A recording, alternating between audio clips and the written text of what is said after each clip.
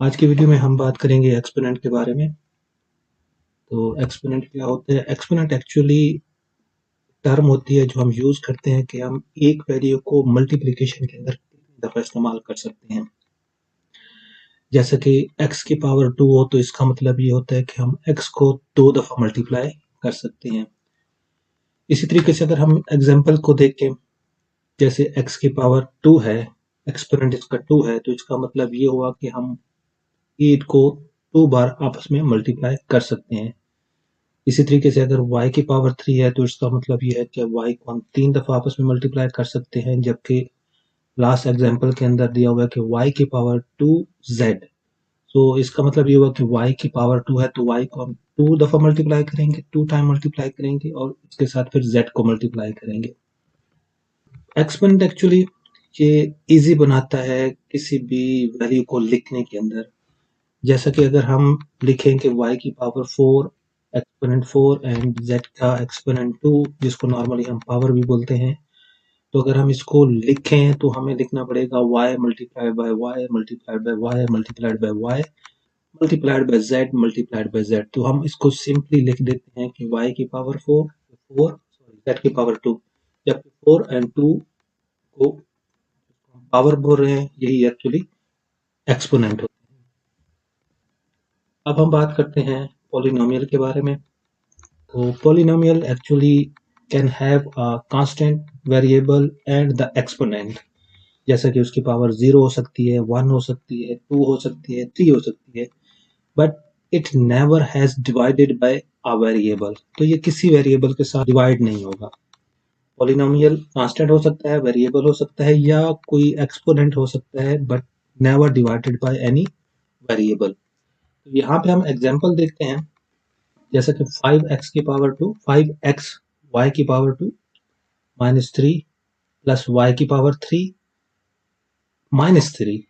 तो 5x की y की power 2 and 3x and 5y की पावर 3 एंड 3, इसको हम बोलेंगे टर्म।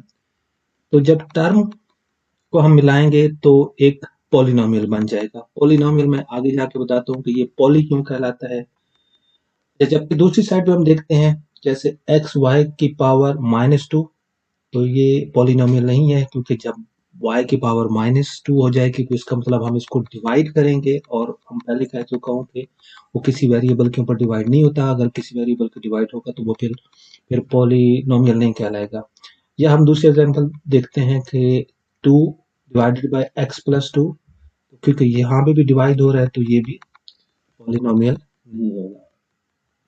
अब यहाँ पे 4x y की पावर 2 प्लस 3x माइनस 5, तो ये एक एग्जाम्पल है जिसके अंदर 3 टर्म है। अच्छा, यहाँ पे देखें कि polynomial come from the word poly, poly mean many, and नोमियल in mathematic, या हम इस केस के अंदर टर्म को बोलते हैं। तो कोई भी टर्म जब एक से ज्यादा टर्म हो जाएंगी, भाई तभी एक टर्म को भी पॉलिनोमियल ही कहते हैं, उसको मोनोनोमियल कहते हैं। तो कोई भी टर्म होगी, अगर वो इंडिपेंडेंट होगी तो वो मोनोनोमियल कहलाएगी, जबकि दो से ज्यादा टर्म आपस में मिलेंगी तो वो पॉलिनोमियल कहलाएंगी। और इसको फिर आगे मैं फर्दर आपको बताता हूँ कि हम इसको कैसे नाम देते हैं। पॉलिनोमियल विद वन वेरिएबल, जैसे एक्स है या वाई है, अगर वो हो तो वो एक नाइस स्मूथ कर्व बनाते हैं, जिसके अंदर जिगजैग ज्यादा नहीं होते, एक स्मूथ कर्व होती है, जैसे कि आप इस एग्जांपल के अंदर देख सकते हैं।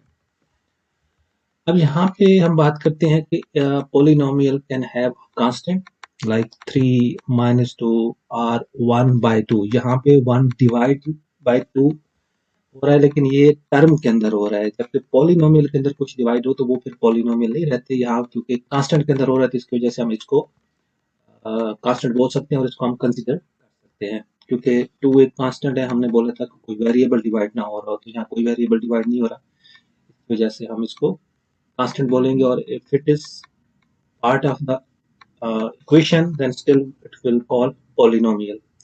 इसके अंदर एक वेरिएबल हो सकता है, जैसे एक्स वाई जेड हो सकता है, एंड एक्सपोनेंट होते हैं, जैसे कि एक्स की पावर 2 या वाई की पावर 2, और पावर कोई भी हो सकती है, 1 2 3 4 5 6 कुछ भी हो सकती है।